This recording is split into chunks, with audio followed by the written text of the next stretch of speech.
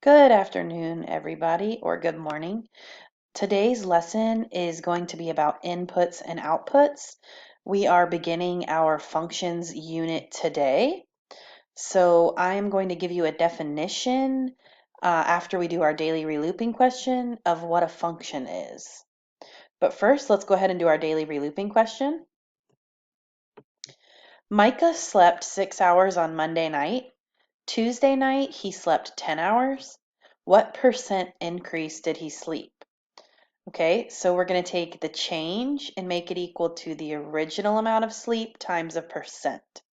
Okay, and that will tell us the percent increase. Go ahead and get started. In order to find the change, we have to take 10 hours, subtract 6 to get 4 hours. 4 hours is how much more sleep he got. So I'm going to take 4 hours, make it equal to the original amount of sleep times a percent.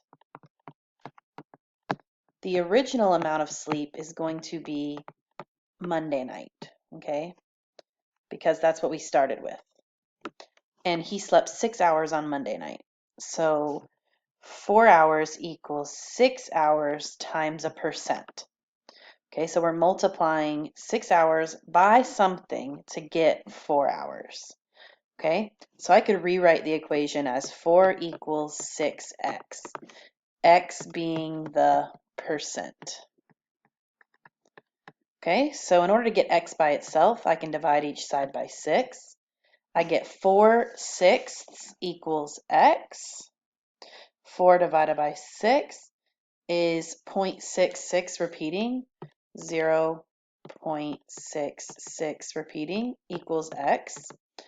So if I wanted to write that as a percent, I could multiply 0.66 times 100, and I would get 66%. Okay, but if I rounded to the nearest whole percent, it would be 67% because it's 0.6666 repeating. Okay, so if it kept going, I'd round to about 67%. Okay, so from Monday to Tuesday night, his sleep increased 67%. Okay, today we're going to be writing rules when we know input-output pairs, and we're also going to be looking at input-output diagrams that represent a rule, and we're going to be discussing what a function is. So here's a definition. You might want to write this in your notes. What is a function? A function is a relation from a set of inputs to a set of possible outputs, where each input is related to exactly one output. Okay, so here's a little diagram over here. If I put something in the machine, if I put a number into the machine and I multiply that number by 2. Well, if I put 6 in the machine and multiply it by 2, my output would be 12. Okay, so 6 is related to exactly one output. Okay, so a function, again, each input has exactly one output. Think of it like a vending machine. Okay, if you have a vending machine and there are a bunch of buttons, right?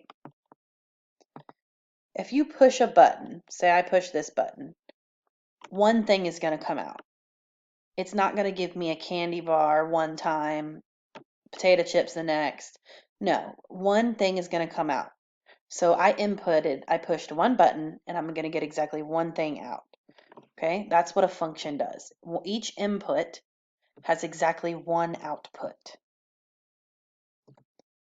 Okay, so we're going to do an activity called making tables. And what we're going to be doing is we're going to be taking inputs, doing something with them, called what we're going to call a rule, and we're going to get an output. Okay, so again, my example was 6. My rule was times 2, so my output is 12. Okay, 6 can only go with 12. There's nothing else. There's no other answer I could get because every single time 6 times 2 is going to be 12. So this input 6 only has one output, which is 12.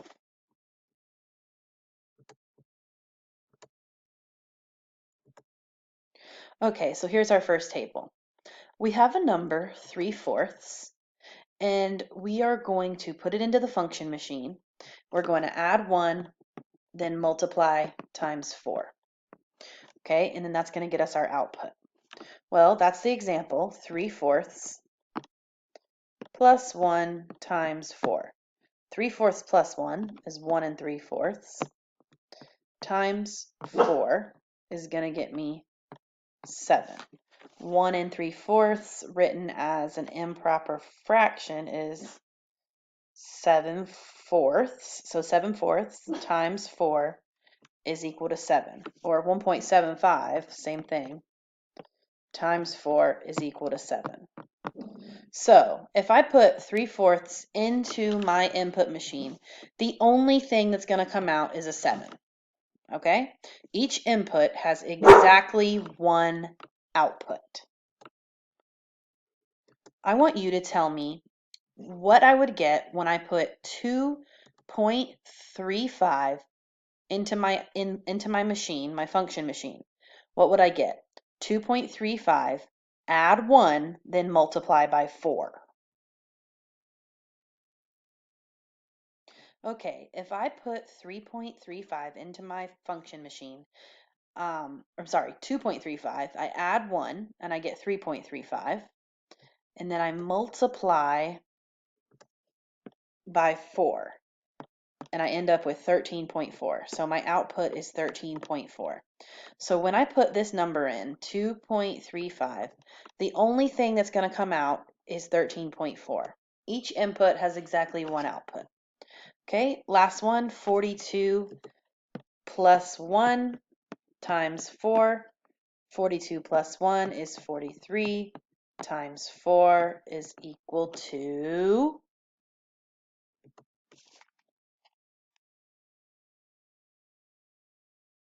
172.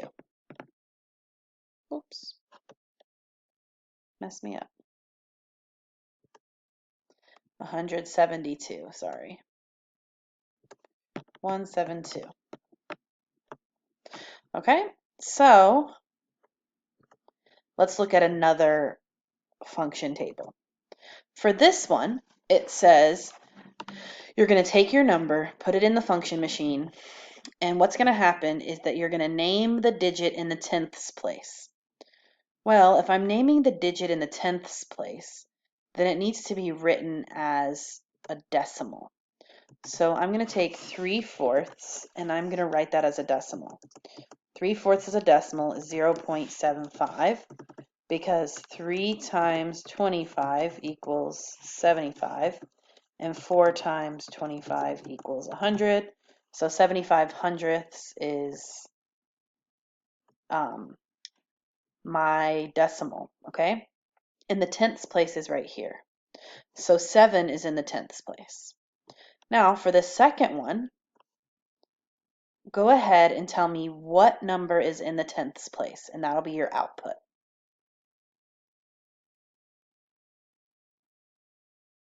Okay, it looks like 3 is in the tenths place, so our output for this number is going to be 3. Okay, and last but not least, 42. Well, 42 is a whole number, so the number in the tenths place for 42 is going to be 0. Okay, moving on.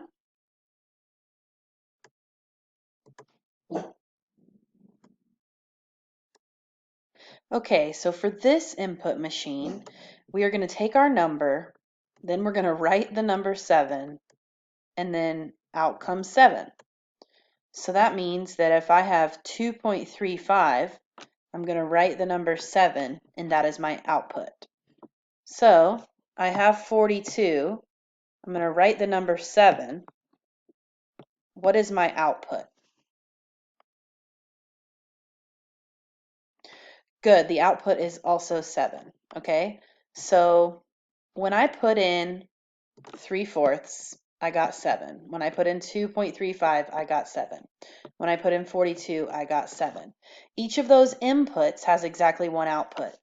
Okay, so when I put in 3/4, I'm only going to get 7. When I put in 2.35, I'm only going to get 7. Okay?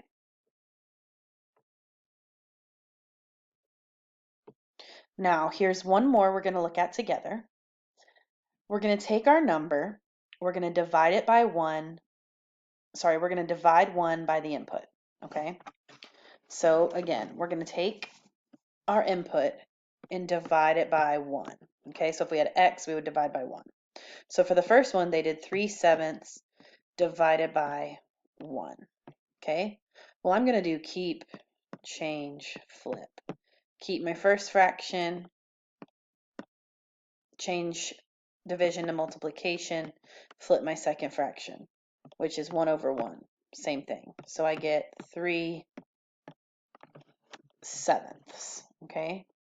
Divide the input by 1, okay? So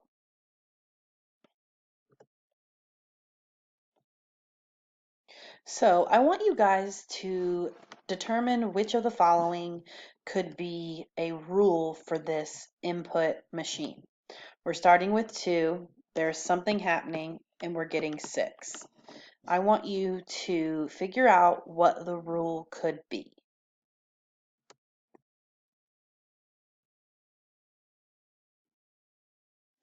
Good. So the rule could have been +4. The rule could have been times 3. The rule could have been times 2 plus 2, right? 2 times 2 is 4, plus 2 is 6. So there are a lot of different rules that could have worked for this function machine.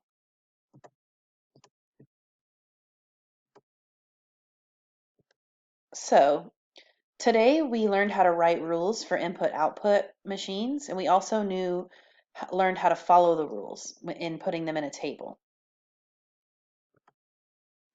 So this is your cooldown. Your cooldown is going to be on Canvas. You're going to be filling in the blanks.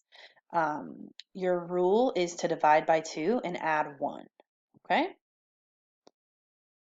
After you do your cooldown, there is an assignment on Canvas for you to do as well.